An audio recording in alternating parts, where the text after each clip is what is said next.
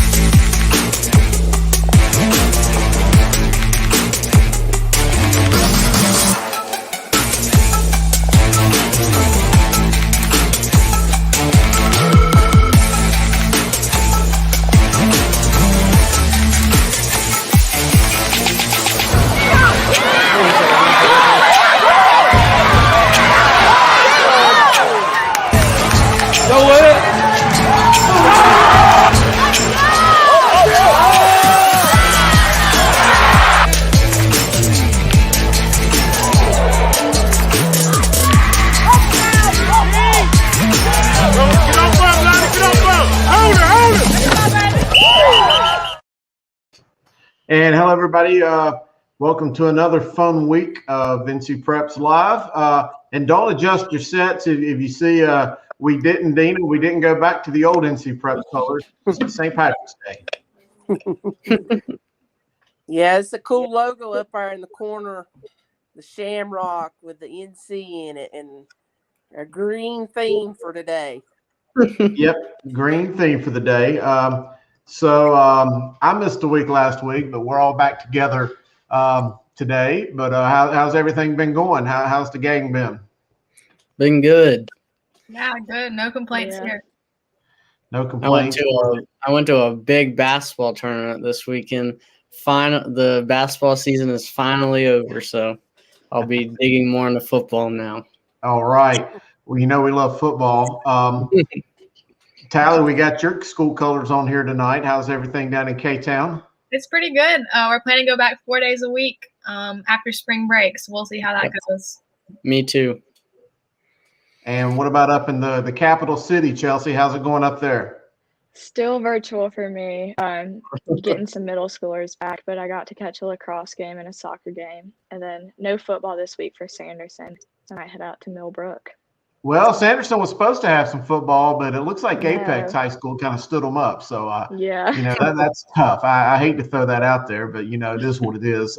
Hey, make sure tomorrow, and this is everybody watching. I know, we got a handful of people already tuned in to watch. Make sure you got your trash cans and everything tied down because it looks like it's going to be really, really windy, maybe especially out the eastern part of the state. So, Chelsea and Jack, y'all make sure y'all tie things down and find a safe spot.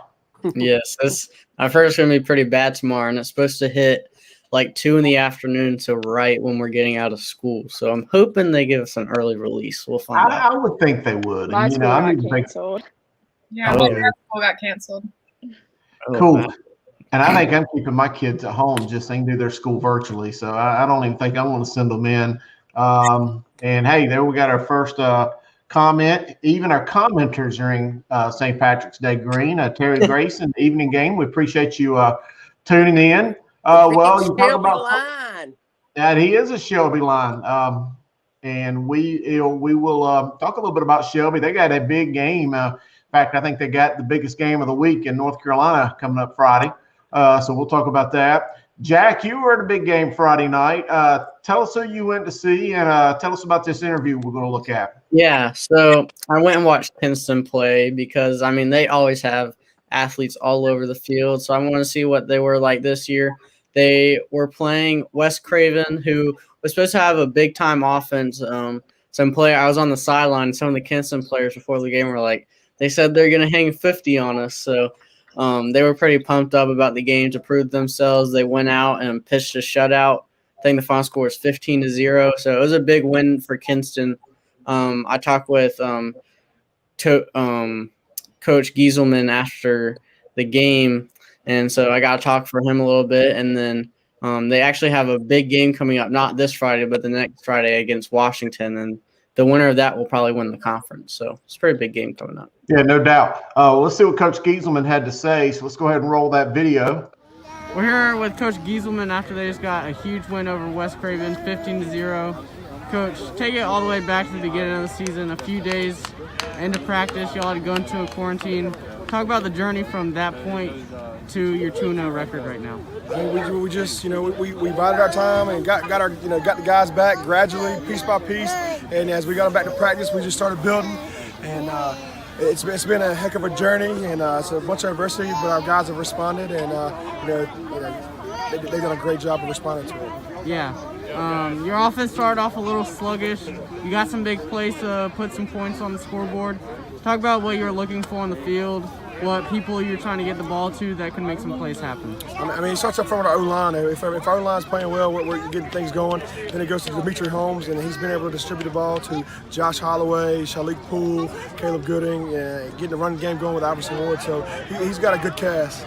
Yeah. And this offense, this defense really stepped up today against an offense that's usually known for a bit of scoring. Just talk about the defense and what a big part they played today, what they did really well that was able to pitch a shutout. I mean, we preach defense wins championships. We're going to play defense first. We believe in putting our best guys over there, and it starts up front. Rondé Whitfield anchoring our D-line, and it starts up front. We got great linebacker play from McCollin Davis and Imari Keller, so they were able to make, fly around, make some tackles, and do some good things. Yeah, and as y'all move forward into the season in 2A, a loaded division, what are some things that y'all can improve on? I mean, just cutting out the minimal mistakes, the things we can control, the simple penalties that we're committing. Once we get that cleaned up and get just the small minimal mistakes out of the way, I think we can do some good things. Thank you, Coach, and good luck for the rest of the season. Yes, sir. Thank you.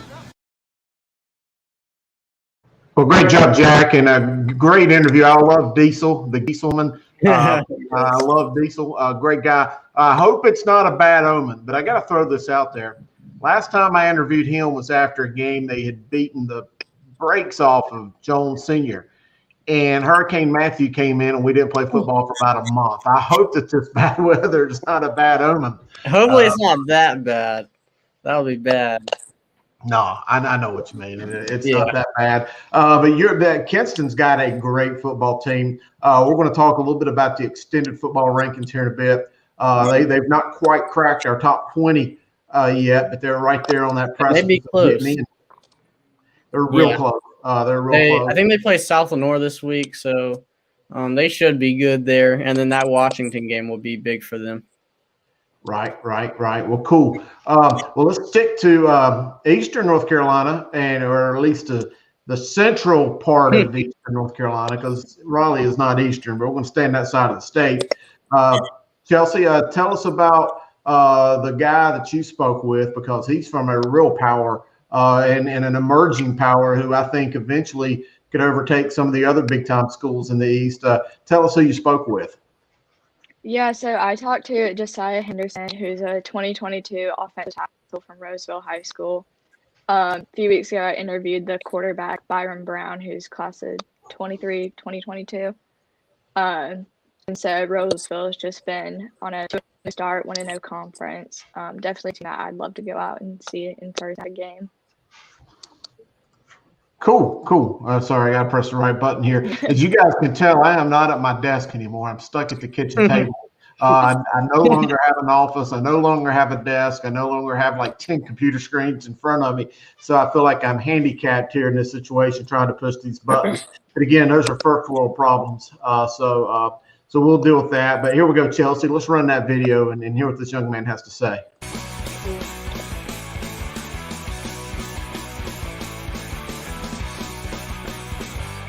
Thank you so much for joining. And for those watching, this is Josiah Henderson from Roseville High School varsity football. He is a class of 2022 offensive tackle. And I'm Chelsea Sipple, and this is the rundown by Chelsea Sipple from NC Preps. So my first question for you, Josiah, is you are starting your junior season 2-0 so far, 1-0 in the conference. And how does it feel for both you and the team to just start off with a winning foot? It feels great. It just shows all the work we put in all season. With the circumstances we have this year with not, COVID and a shorter season, we had a lot more time to work hard. and put ourselves in a position where we feel like we're the best team in North Carolina. So starting off on the right foot is a great feeling. Just shows all the hard work paid off and everything's going as planned. Still a lot to work on though. Yeah, for sure. And then this is the start of your upperclassmen years. So what are some goals you have set for yourself? Just being a leader. A lot of guys look up to me, younger and older. Being that I started on varsity as a sophomore, a lot of guys just see that as like, as like more like a leader on the team and more important.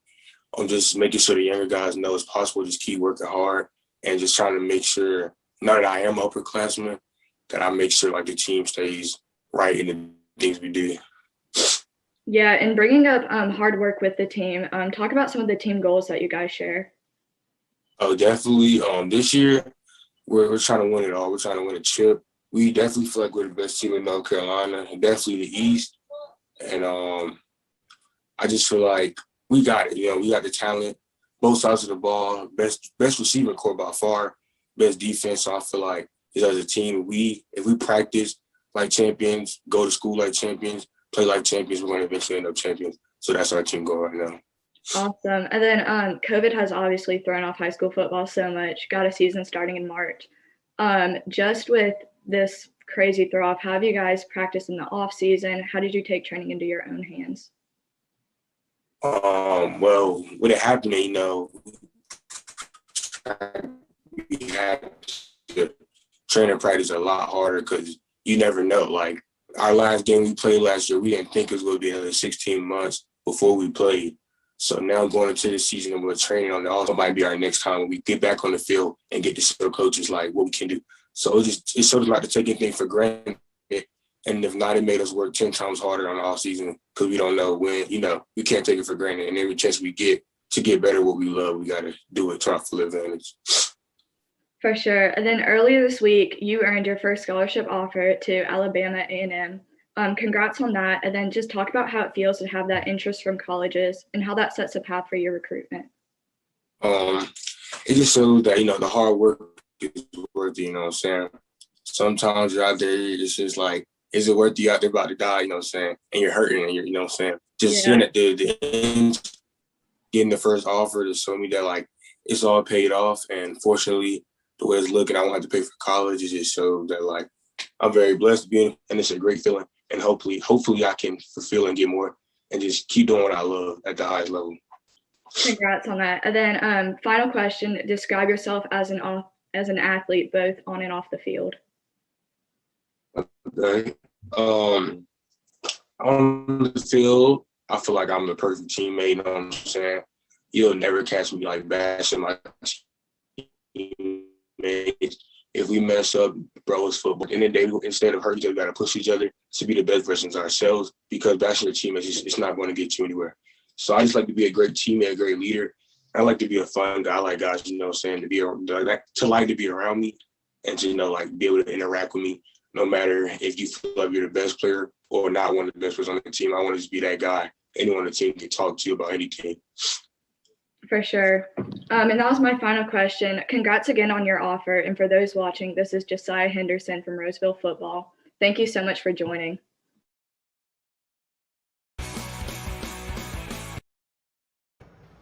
All right, guys. Great interview. Chelsea really was. And he's got a great coach to look up to. And again, what a really emerging program there in the Raleigh area. So it's a great job. We got a lot of new people logged in, checking us out. So if you missed the beginning of the show, we just want to kind of tell everybody happy St. Patrick's Day. That's why we're in the old NC Preps colors or the original, the green. No, we didn't do it for you, Tally. We know this is the cool color. Promise. We didn't do it for you. It'll be back to normal next week. We did have a few comments coming in. Jack, we got this one here for you. They want to know if you're going to go to a Robbinsville game. I'm going to be honest. I don't even know where that is. Your mom would not want to go all the way that way. You would have to. Yeah. If it's in the West, probably not. Well, I've been to 2 games. By Cherokee. Be a good vacation trip. Oh, Lord. And we I went to Rock Hill this past weekend, and it was because I had a baseball workout in Burlington, and that was far enough. I don't know. It may be a couple of weeks or months till we go back that far west. So, well, the good thing about football being in the spring, it's going to start warming up. You could go to Robbinsville. You could stop in Bryson City at our friend Paul Crawley's Soda Pops and get you some ice cream on the way. And your mom and dad could go to Harris. Yeah. Up there in Cherokee. I've been to, I think, 2 football games at Robbinsville. I saw him play Murphy last year, and I saw him play Swain about 2 years ago. Great environment. Anybody that considers themselves to be a diehard high school football fan should put that one on your bucket list. You won't be disappointed. Big Oak Stadium, one of the best ones. Great environment, crowds right on top of you, especially on the visitor side. They got a good wing place and pizza place that my man John Till and I went to, and I can't remember the name, but it was really good. Went there before the game. So make sure you guys go check out Robbinsville. By the way, Robbinsville moved up to number 2 in the 1A power rankings. Huge win over a really good Irwin team. So that really told me a lot about what I feel about Robbinsville. Dina, we got this message from our friend Chris Hobbs. Looks like he wants one of our email addresses so he can talk about the current situations with the HSAA. I don't even know if I want to touch that subject right now, but my phone's been ringing off the hook and it does not stop. So, Chris McGuire says, hello, everybody. Experienced one of the biggest comebacks in the pit. Franklin over Hendersonville, 31-27 after trailing 24-3 with 2:46 left in the third quarter. That's another place that you really need to go see. I've probably been about 4 or 5 games now in Franklin. If I was to ever live anywhere else in North Carolina, that may be one of the few towns I'd live in. It's just an amazing little place. Great little deal. Great job. Appreciate you sharing that story with us, Chris. Terry Grayson kind of gave your guy Chelsea, gave him a good compliment on the interview. Oh, now we got Jack's mom. Can we get a long weekend? I will write you a letter. I'll say, hey, give Jack a weekend off school. Excuse you guys from the job. Is that far west? Oh. Lord, we're embarrassing.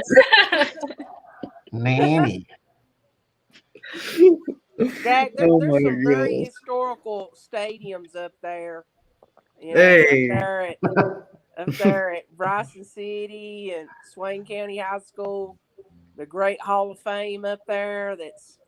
It's just fabulous. Not like Chris said, Big Oak Stadium at Robbinsville, and go down the Nantahala Gorge and go see David Gentry at Murphy, one of the best coaches ever in North Carolina. So you'd have some good trips up there. But I was going to mention when Chelsea did her interview with Josiah, he's an up and comer. I'm glad he's finally getting some offers. And to be honest, you know, we thought with the pandemic and the season starting, we would see offers, and there's lots of offers going out. My Twitter, I get tagged about every day. I'll throw out some names. Carter Wyatt. He's got Carter Wyatt from West Brunswick. Your good friend Brett Hitman down there in West Brunswick. He's star linebacker. He's been getting, I know, Georgia Tech, East Carolina, I believe, Duke, Dartmouth. Yeah, he's been getting a lot of offers, and a kid that came to and he was at VTO. Another kid that came to VTO camp that really was kind of in the shadow, literally, Tamori Thompson, the other defensive lineman there at Grimsley, who plays right next to 5-star Travis Shaw. You know, he did really well, got the MVP. He got 2 offers from the in-state teams of Appalachian and Charlotte. So, kids, guys, keep working. Coaches are watching. Offers are going out. Yes. Absolutely. And keep tagging us in your in your social media because Jack is tearing it up, and Chelsea and the guys, all of you guys really, with what you're doing on the Instagram page. And obviously Dina's got the pulse of everybody on the Twitter when it comes to the offers and stuff like that. So keep sending that in, and we'll keep pushing it out. And it's always good to see our guys go to the next level. So anyway, let's go on. We got a few comments right here. Let's see. Jack, I need to get you a horse and buggy. Jack has kind of become the mascot of the show. I don't know if y'all have noticed that, but he's like the most popular guy here. I don't know what it is. I guess I'm just like, I don't know. I guess he's the baby. That's the reason. I'm the youngest one. Yep. I hear you. And then we got another comment from our good friend Chris Hobbs. Chris asked Dina to email me. Dina, you can write that down, or I'll send it to you. Okay, just send it to me. Yeah, we'll do that, Chris. And I spoke to Chris on the phone a little bit earlier this week. Well, Chris, you know me, I'm a Starmount Ram, so I'll just give you my email. It's gatarams@yahoo.com. GATARAMS@yahoo.com. What's GATA stand for, Dina? No, don't answer that. I know what it stands for. Gifted and talented athletes. I hear you. Well, hey, talk about some gifted and talented athletes. There's a lot of good teams in North Carolina right now that are really getting it done. I want to go ahead and go over our power rankings that were released. I actually got them out really early this week because of no games on Sunday. On Monday and Tuesday, was able to get a whole weekend last week without a lot of weather delays. So let's go ahead and put this up here. Here, let's do this.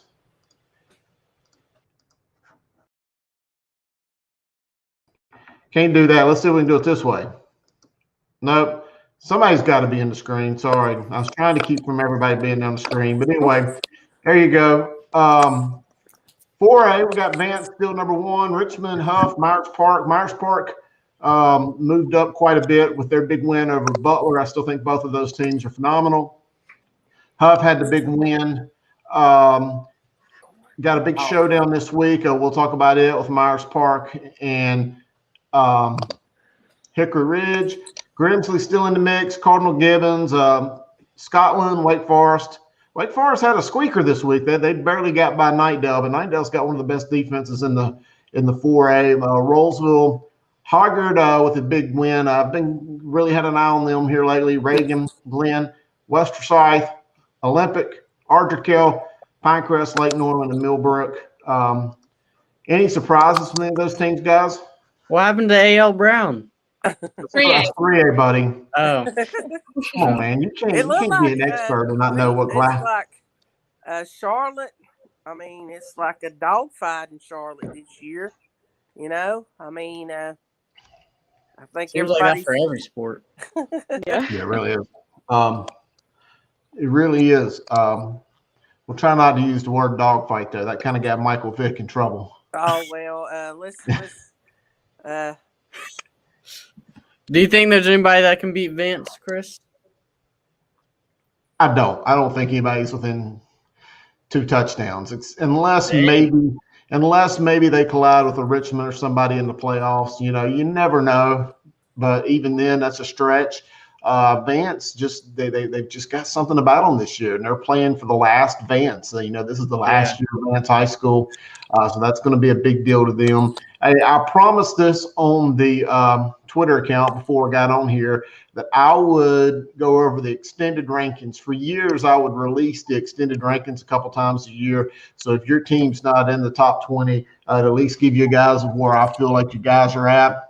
So let's go ahead and I'm going to go to the spreadsheet. Go to the spreadsheet right here. So there you can see the cutoff right here. Millbrook, who had that big 34-14 win over Leesville Road. Heritage dropped out of the top 20. They were on that pause. They weren't able to play from COVID. You see Davie County, Mallard Creek still very much in the mix. Southview had that big 45-0 win over E. Smith. Holly Springs up there in Wake County. Friendship Chelsea, we've got a lot of big-time teams up here in Wake County. Yeah. Providence has a big game Friday night against Central Cabarrus, even though that's a 3A game. I think that's going to tell us a little bit more about both teams. Leesville Road had that huge loss, but, they're still a quality team. The one thing about Millbrook, they've got one receiver who pretty much owned that game. He dominated the game, had a pick six. So Millbrook coming in very talented. Hope County still got a lot of stock in them. They've got a big one Friday. Richmond, South Central. I think South Central and Greenville still one of the most talented teams. I'm anxious to see what they've got. There you look. You got Porter Ridge, East Forsyth right there in 33rd. Who would have ever thought that they'd be 0-2? Was unable to play their game with West Forsyth on Friday. New Bern had the big win last night, I think it was. They played in the mud last night. Yep. They were down 15-0 at the half, by the way, came back and won that game 16-15. Middle Creek, they got a big game with Holly Springs, I think, Friday. So that's going to be a big game. Panther Creek, all those teams up there in that western part of Wake County, some really good football teams. And here's another one of them, RJ Reynolds. They've got a very, very potent offense. I'm anxious to see how they do against East Forsyth Friday night. Is this a chance for East to get their first win, or is RJ Reynolds, which I think that they're primed to really do well? So just kind of scan through there. I'm not going to go all the way to the bottom. I don't want to. I feel bad sometimes when you start getting a little bit close to the bottom. But so there you go. That is the extended rankings for the 4A. And again, it's some really, really good football teams. Got a comment right here from Terry Grayson. Vance, number 10, is an absolute beast. Number 10. No kidding. Where do you have Southern Guilford ranked? Well, Scott, we're about to go to the 3A right now, so we'll talk a little bit about Southern Guilford. First of all, let me say something. I got tickled there for a minute. It was not about your rankings. Just had a little incident here at the house when you have animals, pets. My little cat just squalled and everything.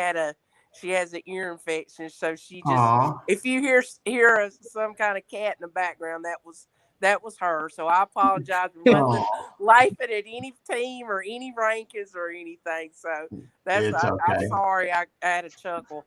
So go ahead and proceed with the 3A. All right. Well, let's go to the 3A right now. There you see the top 20 that we released this week. No surprise, Weddington still on top. Havelock, Mount Tabor.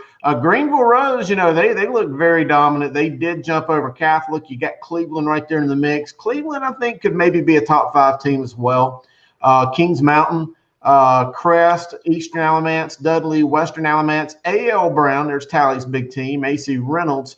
They got a big game Friday against Asheville. Grace Creek, they continue to look good. Northern Guilford actually, ironically, did not change at all in the rankings. They nearly beat Eastern Alamance. Probably should have won that game.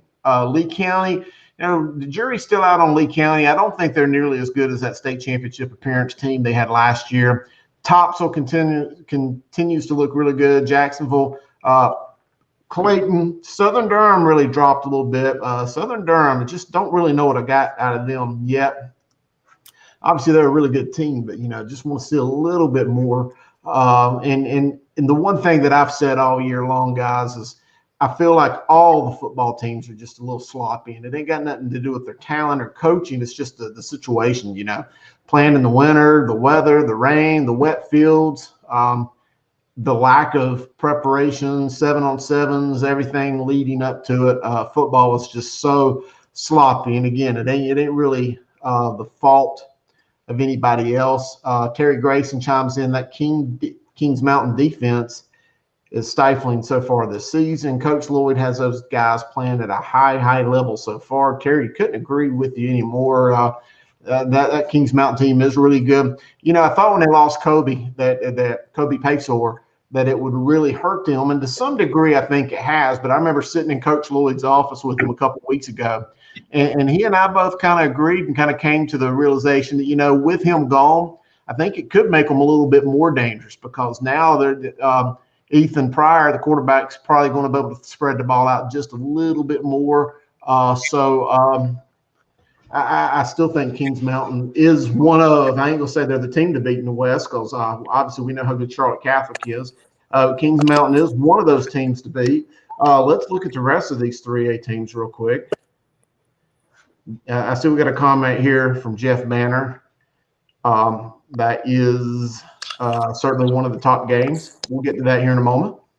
Chris, what do you think about Jacksonville absolutely killing Northside? I think Northside's down a little bit from what they've been, but I do think Jacksonville's really good. Let's look at the top teams here in the 3A. Obviously, we went through the top 20. Right here, the teams on the outside just barely missing it. Terry Sanford, Southeast Guilford, Rocky Mount still right there in the mix. Southern Nash even at 1 and 2. There's a trio of teams up there in Nash County, Edgecombe County that are really good. Hunt is really good. Northern Nash is really good. Northern and Southern are going to clash Friday night. There you see Conley, although we know they lost this week. James Hunt, really good there in Wilson. Central Cabarrus, West Brunswick, we talked a little bit about them. New Hanover, even at 1 and 2, is still very dangerous, very athletic. TC Robertson's a team out of Asheville that's looking really, really good. Keep an eye out on the rounds up there. J.M. Robinson's a team that's really came out of the blocks really, really tough.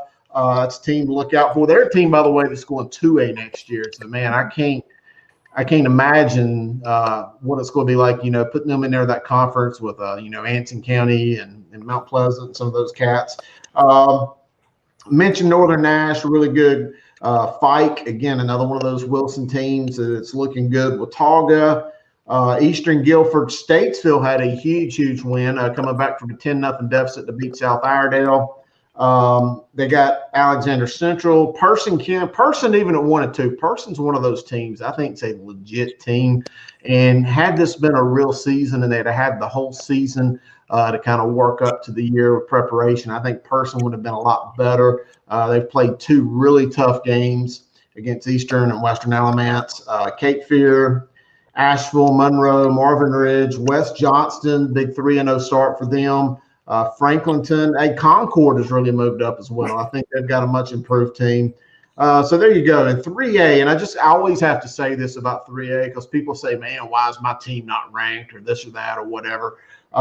You can look down here. Let's just go to North Buncombe right here at 67th. Williams at 71st. There is some really strong football teams in 3A. And just the fact that there's about 115 teams in the 3A, I think that they're about 40, 50, 60 deep in terms of absolute quality teams in 3A. We'll put that out there. Any thoughts? Any comments from you guys? I think out of 3A, Topsail's really surprised me so far, just out of schools around me. I think they have that kid committed to Wake Forest who has been absolutely killing it. So I think it'll be interesting to see how far they can keep this hot start going.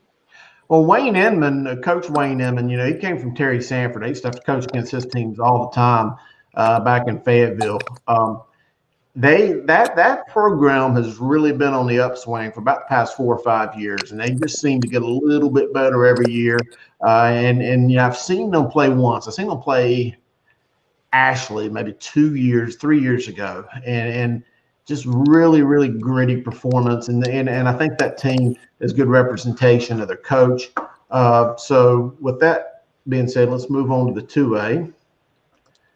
There you see the top 20. Had a new number 1, guys. Reedsville eclipsed the Shelbys. Shelby's had a couple really tough games in a row. RS Central, who I think is a really solid team. Obviously, Chase took them to the wire this past week. So, we're going to kind of wait and see with Shelby, but obviously they got that big game with Burns. I feel like it's the biggest game in the state Friday night. Clinton moving on up, High Brighton, Oak Grove, Salisbury. Salisbury, by the way, is playing without Jalen Walker.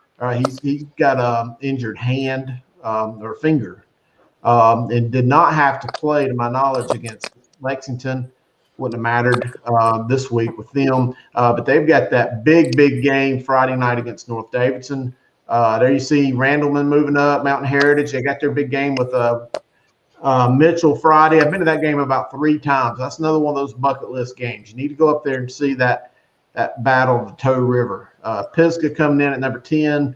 North Davidson, South Point, Walkertown, they're big riser. Their stock's moving up. Chase, Eastern Randolph, Maiden, Wallace, Rose Hill, Croatan, Southwest Onslow. Jury's kind of out on them. We'll see. East Lincoln in there with a big win. So that's the top 20. We got some beats going on. Somebody's getting some beats all the way. Unless that's your cat, Dina. No. Here we go. Just kind of give you guys a look at the land beyond. Jack, there you see right there, Kinston, Coach Gieselman, you're right there on the precipice of getting in. 21, Washington 22, Yeah. North Lincoln, Ledford, Goldsboro, Currituck, Northeastern, Mount Pleasant, Anson, North Forsyth, guys. I'm going to tell you, North Forsyth is a legit team. I think they're for real. They're not going anywhere. Midway, Whiteville's got a big game Friday night. East Duplин's still good. Ashe County's phenomenal on offense. They're still good. I mentioned RS Central, great team. Brevard, hey, here's a team I'm just real proud of them, where they've come from. Central Davidson has really done a lot. They were on one of the state's longest losing streaks a couple years ago. Now they've won 5 in a row. Owen's still in the mix. West Lincoln, they got a big game Friday. Forbush is Dina, this might be the best Forbush team we've seen from them in a little while. Yeah, Coach Funderburk, he was at Wilt Central for a long time. Then he came to Starmount, was defensive coordinator there at Starmount, and when the Forbush job came open, he went back where he originally kind of started, and so he's got things going good at Forbush. They can't play this week, of course, because of a COVID issue with another team. But yeah, he's got Forbush really going, and I just hate this year Starmount Forbush didn't get to play because Starmount had 7 conference opponents, so all the games were conference games. That's our usually both schools are big gate of the year, Yes. so kind of hurt there. But yeah, Jeremy's doing really good. He even brought out the scarlet red uniforms last week. So All right. that I haven't seen Forbush wear that color scarlet in a long time. So bringing in a new look there for Forbush. Well, good deal. Jack, just so you know, I see your Richlands Wildcats down there at 73rd. My South Rowan Raiders had a real good game. They probably should have won that game against Thomasville, but those were 2 pretty good teams. I think South's got a good little team going on right there. Hendersonville, still think they're really good. Bunker Hill, they've got a real good year. So, I mean, as you can see, very similar to the 3A. You got some really good teams. I wanted to just let people know East Burke right there at 49. Derek Minor, he's kind of like Dina. He's kind of become the Donnie Kiefer of this era. He has a knack for going to schools that weren't very good and making them good immediately.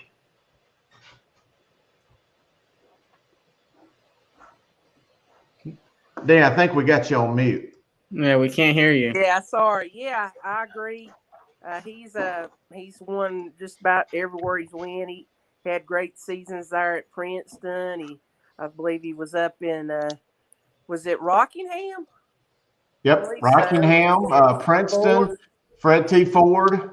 So yeah, he does a good job, and he sure does. I mean, he's at a nice place, East Burke. I've always enjoyed going to their stadium, one of the nicest, spacious stadium there.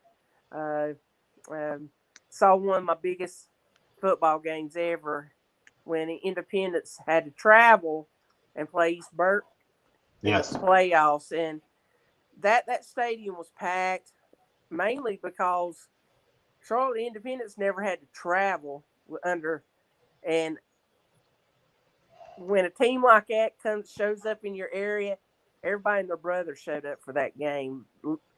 Rival schools from I seen letter jackets from everywhere there that night. So, No kidding. but yeah, Derek has done a great job, and he will do good up there at East Burke. I totally agree. And let's just wrap this up, guys, with the 1A. Here's the power rankings from this week. Tarboro, Robbinsville, I mentioned them going up number 2. Murphy, Mitchell's moving on up. Holmes is right there at 5. East Surrey, Winston-Salem Prep. I think that top 6 or 7, you could put a blanket over them. I think all of them. I think this is the most competitive I've seen the top 1 or 2 in elite teams in the 1A in a while. You know, typically you've got that Tarboro and everybody else, or East Surrey and Tarboro or Murphy, but I really think you got about 7 or 8 teams that are really good. I think this Thomas Jefferson team's good. Princeton and Rosewood, I think, are legit. Mountain Island Charter, I think they're as talented as anyone as well, and it's certainly well coached. Then you get over there in North Rowan. They took it on the chin by Highbrighton Friday night, but I don't think bad of them. You know, I applaud them for being willing to go out there and play them on such short notice. North Stanley, Mount Airy, Elkin, Northampton. Glad to see Northampton's just able to play football. You know, they were not going to have a season, and then they kind of came on late. So happy to see Coach Privet and the guys get a chance just to have a chance to play. Northside, they got a big game Friday night with Tarboro, Polk County, Andrews, Swain County. Took a little bit of grief on Twitter this week for not putting Andrews in there sooner. But guys, it's a process. You know, you just got to have to work your way in there sometimes. It didn't mean that I thought any less of them. Let me go ahead and pull up the rest of it just so we can kind of look at the 1A. Let's move this out of the way, guys. So there you see it right there. Lewisburg, they're still a pretty good team. Riverside, East Carteret, Pamlico, Perquimans, South Stokes, Pine Lake, Warren, Granville Central, Manio, Starmount. All these are pretty good teams, I think. Hayesville, I think, is a really good team at 0-3. Cherokee, you know, look how close they played Andrews. Community School of Davidson, East Wilk, Beargrass, they're undefeated. North Edgecombe, they got a big game with Holmes that's coming up. Hobden, their offense is as good as anybody. I put their offense up with anybody. You know, Gates County, Lakewood. I mean, these are still some pretty solid football teams. Pender, Chatham Central. They some of these teams, you notice, you start getting down there near the bottom, hadn't even really had a chance to play yet. So, you know, we're anxious to see some of these guys just get an opportunity to play. It looks like we've got a couple more comments right there. Strange to not see North Duplin in the top of the 1A rankings. They've dropped off the last couple seasons. Terry, I agree with you. North Duplin, what a class program right there in the shadows and the Mount Olive Pickle Company. I love it every time I go out there to Eastern North Carolina. And they're one of the few teams, you know, that run the old traditional split back beer the way I like to see it. Them, Pinecrest, Swain County, some of those guys. So there you go. Those are the extended rankings that I promised everybody. Keep the hate mail to a minimum if you can. I know nobody's ever happy when I do rankings, but you know what? If I didn't do them, I think they'd be mad. Don't you think so, Dina? Hey, you and me, we've been through the ringer before. We have to take the criticism and the praise. You're never going to make everybody happy. So just I pretty much say, hey, it's up for discussion. They'll prove it on the field. So it's just to give us something to talk about and everything, because I mean it's like, let's take for instance in 2A. You know, Reidsville and Shelby. It's every year they're 1 and 2, and it's hard to pick one over the other unless they settle it on the field. And with the 8 state champions, it was kind of hard to do that when one was a big 2A and the other one was a small 2A. So, well, we'll just you know, that's life of being a sports media person doing rankings. I totally agree with you there, Dana. And let's just go ahead and look at the top games for this week, guys. And we've had a lot of comments tonight. Appreciate you guys. Hit us up on that YouTube page, like our channel, share us to all the people out there. You know, we just want to spread the good word of high school football. Here is our top games of the week for week 4 here in North Carolina, the spring season. Here again, the top game of the week for me, I think Shelby at Burns is the elite game. Ardrey Kettle at Olympics, a big game there in Charlotte. Myers Park at Hickory Ridge, another big 4A game. You're right, Mount Tabor at Dudley is the top game in the 3A ranks. Glenn at West Forsyth, Cardinal Gibbons at Millbrook. Winston-Salem Prep. I want to tell you, Winston-Salem Prep might be the most scariest team in the 1A that I would really be worried about if I was a 1A team. Middle Creek at Holly Springs, AC Reynolds at Asheville. It's good to see that game relevant again. Asheville's kind of had some rough years, but they really seem to be back on track. North Davidson at Salisbury, mentioned that one. Mountain Heritage at Mitchell, the Battle of the Toad River. Grimsley at Northwest Guilford. Providence at Central Cabarrus. That game might go into overtime. I think Central Cabarrus has been in overtime about every game this year, maybe except one. Rollsville at Knightdale. Knightdale, again, they've got one of the stingiest defenses I've seen in film. Southern Nash and Northern Nash. Don't be confused by the 1-2 record for Southern. They're still really good. Mount Pleasant at Anson County. That's the Battle of the Rocky River 2A. Central Davidson, I mentioned the good run they got Oak Grove. Midway and Clinton, 2 undefeated teams. Battling down there in Sampson County. North Lincoln at Maiden, and Northside at Tarboro. I wanted to throw that in there. It might not end the best for Northside, but we wanted to give them their credit because they've been playing some good football. And we know, I think there's some 4A teams that struggle to go up against Tarboro, but, they're there, and I want to give them their due. Terry Grayson says, we appreciate you and Dina for getting the young kids involved. Great stuff. Thank you, Terry. And you being a Shelby guy, and I got to own this. I got to say this. I was under the weather Monday and was unable to be on the show with Langston Wirtz and the guys from Talking Preps at the Charlotte Observer. A lot of you don't know, but I'm a very big part of putting together the Sweet 16 for the Observer as well. And it was my clerical error that got Shelby out of the poll this week. And Langston kind of fell on the sword for me. But I got to put it out there that it was my fault. So apologies to all the Shelby guys this week because I know that he got some hate mail over that. Because Dina, how important they take that kind of stuff. They'll fight you tooth and nail. We mentioned before Cleveland County. They love their football. They love their football. They love they just eat, sleep, drink football. So Yep. A couple other comments here. Would like to see Havelock and Rose play this year. I don't think Rose is on the level of Havelock level yet. I don't know. I don't know. Well, that's kind of interesting because on Rose's coaching staff is former Havelock coach Caleb King, and with those two football programs, two of the better programs in the eastern part of the state up that way, and you look at the running backs for both of those teams. Camaro Edmonds, who is signed with Carolina, had a ankle sprain last week, so he's probably going to sit out a few weeks to recuperate. And then you got junior Michael Allen from Rose, who's getting offers from. He's a 4-star running back, has offers from everywhere. So I mean that would be. I would love to see that game. That would be full of. The defenses would have their hands full, I believe, in that game. Yep. Tally, I feel like you've kind of been. Have you seen the movie Dirty Dancing, Tally? I have not. You haven't? No.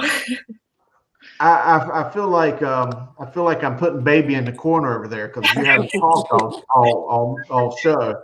I feel bad about that. So I got a question here. A user, one of our viewers calls in. Jeff Banner says, what are your thoughts on Kannapolis and West Cabarrus? So, Tally, we're going to put you on the spot and give us the scouting report of what you think is going to happen. Well, I'll say that I've been surprised by A.L. Brown just in general. Like when I talked to Nathan Balcom, he was kind of under the impression that we were going to run through everybody in the conference. And we struggled. We've gone to overtime 2 times past 2 weeks. Teams we thought we would blow out. We gave up the first point in Coxville they've had all season this past Friday night. So, I mean, I'm putting A.L. Brown on top, but I wouldn't say it's going to be a blowout by any means. And I think we'll definitely just have to play and just, I don't know. I agree. And I think at any point of this season, and this is such a strange season, that a win, any kind of win, it don't have to look pretty. Just a win is a win at this time of year. So I'll take that. West Cabarrus, their new school. So Coach Gentry is already doing winning ways there for the Wolverines. Yeah. And the thing about West Cabarrus, they don't have a senior class this year, so that's another big factor in that game as well. No, I agree, and I think that's going to be a closer game than maybe the experts would predict. I think that's going to be a pretty good game. So we'll see. I think the Wonders should win. They should win them all. So I don't know. We'll kind of play that one by ear. Oops, sorry. I'm trying to. Looks like Jack. I don't know if it's in your TV or mine, but it looks like he's spinning over there. We saw the comment here by Hobbs about call Crest Shelby Crest, and it's funny because Terry Grayson chimes in, and we know he's a big Shelby guy. Well, you know who I know, old school, Brian Hanks. He is a stickler for stuff like that. He loves to call, because when I used to do the poll, he would stick the hometown. He would always call my school Boonville Starmail, And it ain't really Boonville. Well, it's in the middle, so I mean the address is Boonville, but East Bend, Forbush. They're not really East Bend. I know. They kind of are, but they're really not. Kernersville, Glen, Monroe, Piedmont. Brian Hanks for you. But yeah, he loves to do that. So I know. When I'm Shelby, don't call Crest Shelby Crest. I know I would call them Bowling Springs Crest for that. And there's a few of them, and this is a great topic that we can talk about in detail on another show. We're running a little bit long tonight, but and there's Chris. Chris, we're going to get you involved, and we're going to get old Hanks on here as well, because I've got my thoughts on a lot of them as well.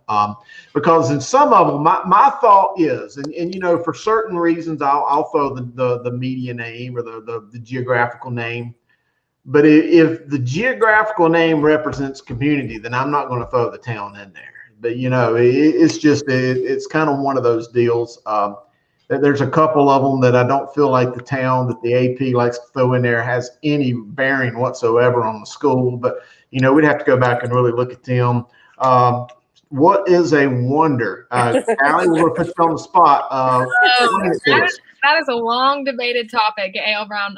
We actually have to do like a writing assignment on that like every single year, but nobody really knows short answer. But I mean, like the short thing that everyone always says is it's whatever you want it to be. So I don't know. I can't help you much there. One of the most unique nicknames, mascots in the country, I believe. Yes. I think so. But, growing up in Kannapolis, and I went to the other school, but, growing up in Kannapolis and being a part of living literally like a block away from the stadium for a lot of my childhood, and having been in that stadium since I was playing knee-high to a grasshopper, I think I've heard all the stories. But the funniest one was, about the old activity bus barely running and getting the basketball team to go play the bigger city opponents, and just kind of like an old jalopy of a bus. And people said it's little wonder they even showed up. So I don't know. You never know. I've heard all of them. Claremont and Bunker Hill. Not really, but okay, Chris. Got another Chris comment. Chris McGuire says, Chris, what's your thoughts on Franklin at Brevard this week? That's one of the games.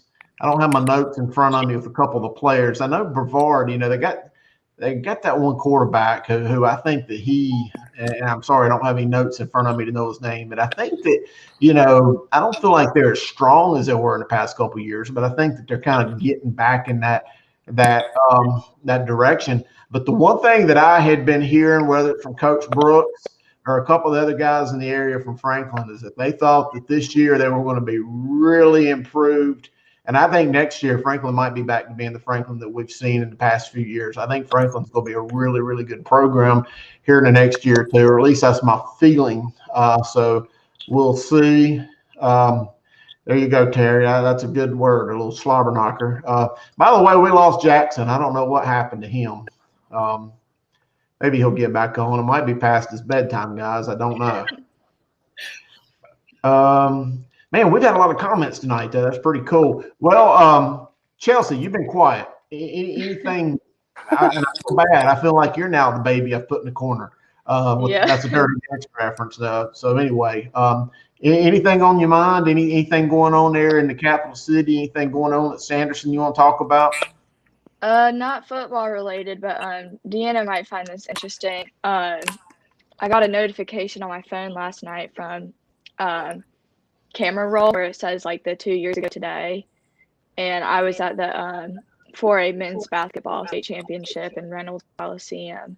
And it's funny because, now Patrick Williams is in the NBA from West Charlotte, and there's Aaron Sharp at UNC from South Central. So last state championship I've been to since last year's got canceled. That's cool. And for the record, I'm glad you brought up Reynolds Coliseum.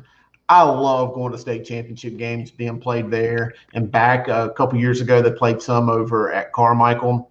I really, and I know that Dina, you're a UNC person, and I guess I'm kind of a UNC fan, but I'm going to go on record. I hate the Dean Dome. I just wish that they quit playing high school games there. It's too big. It swallows the crowd.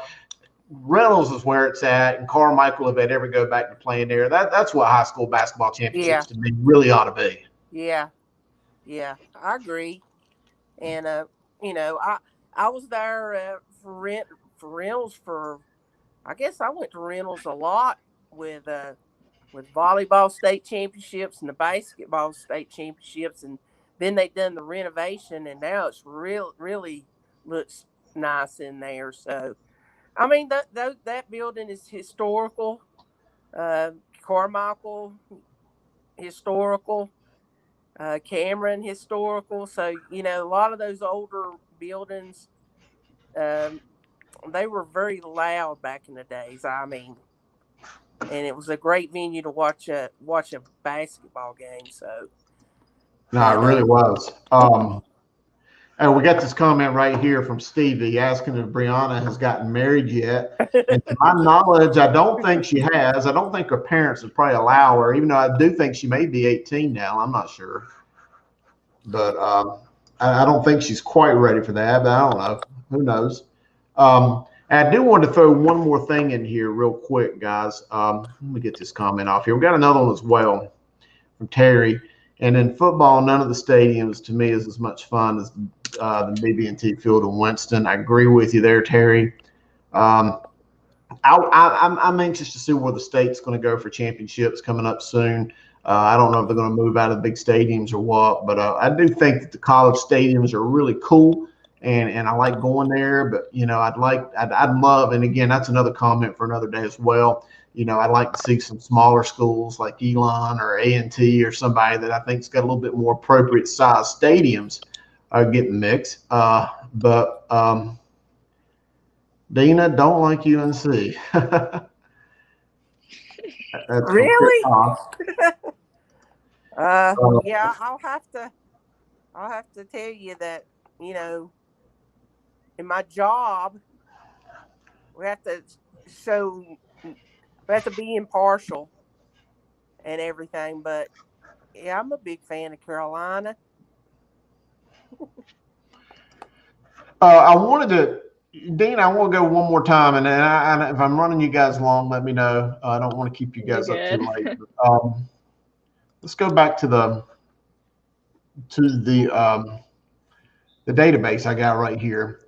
Guys, I've been doing these databases for about 10 years, so I have one for every week. I could go back every week and show it. And Dina, I know we used to do this a lot, and I feel like we might have gotten away from it, or at least I haven't seen it. But I want to just show some current winning streaks here in North Carolina. This is some stuff I keep track of every week. Weddington's right now got the longest winning streak, 28. Robbinsville's at 18. Shelby's at 14. I don't know. Is that going to stay alive this Friday or not? I'm not sure. Reedsville's at 12. Vance, Northwest Guilford, Walkertown. There's Central Davidson. Again, I want to throw it out to Coach Clayton Triddett in Central Davidson High School with a massive turnaround that he's done out there. North Henderson, Coach Beatty. That was a program that went about 20-some, 30 games without winning a game.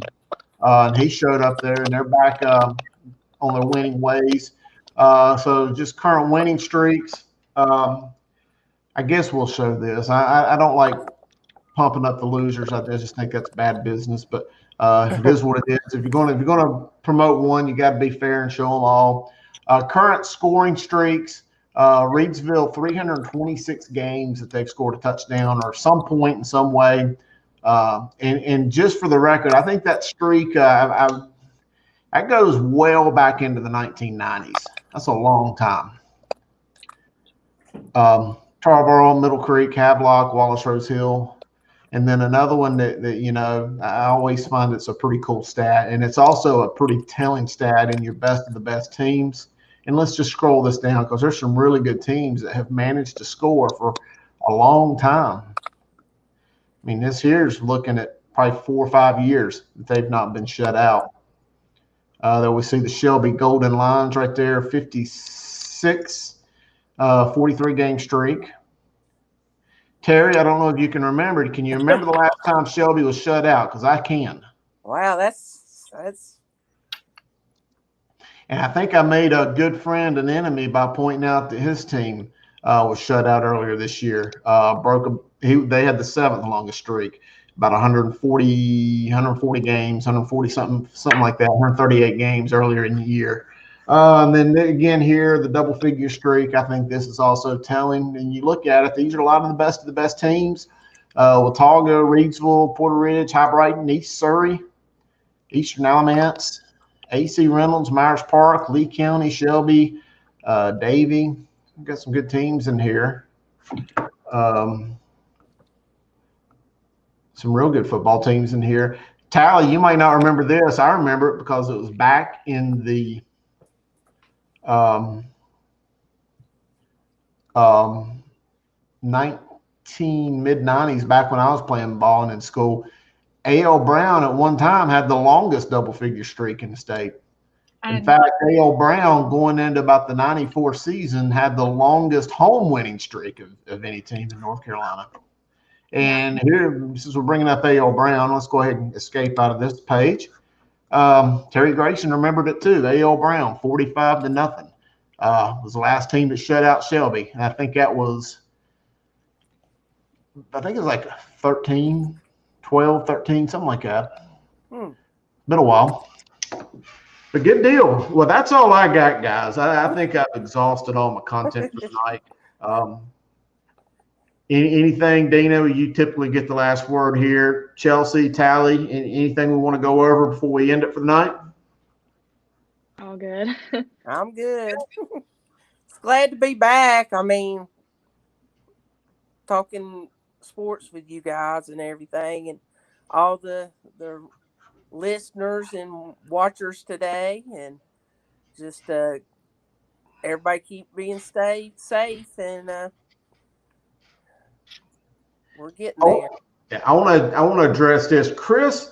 In my record keeping, and you may disagree with me, but in my keeping, if a team forfeits and they did not play that game, I just omit it from the record and just go to the next game they played on the field.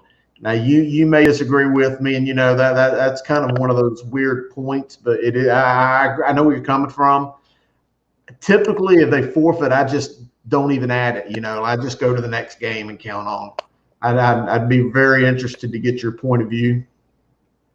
How would you do that, Dina? It's a tough question. That's like, kids. What if kids play the actual game and then they have to forfeit it? Kid runs for 300 yards. Do you take that away from him? Yeah. I don't know. It's a tough call. So, yeah, I don't know.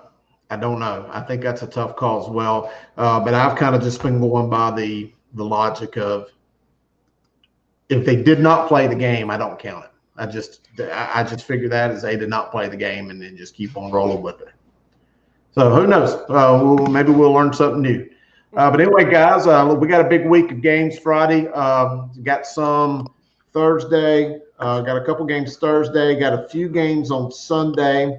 Just to kind of roll it through there, just kind of get you guys ready for some football. No 4A games tomorrow night. No 3A games tomorrow night. We do have a game tomorrow night in the 1A and the 2A, South Stanley at Eastern Randolph.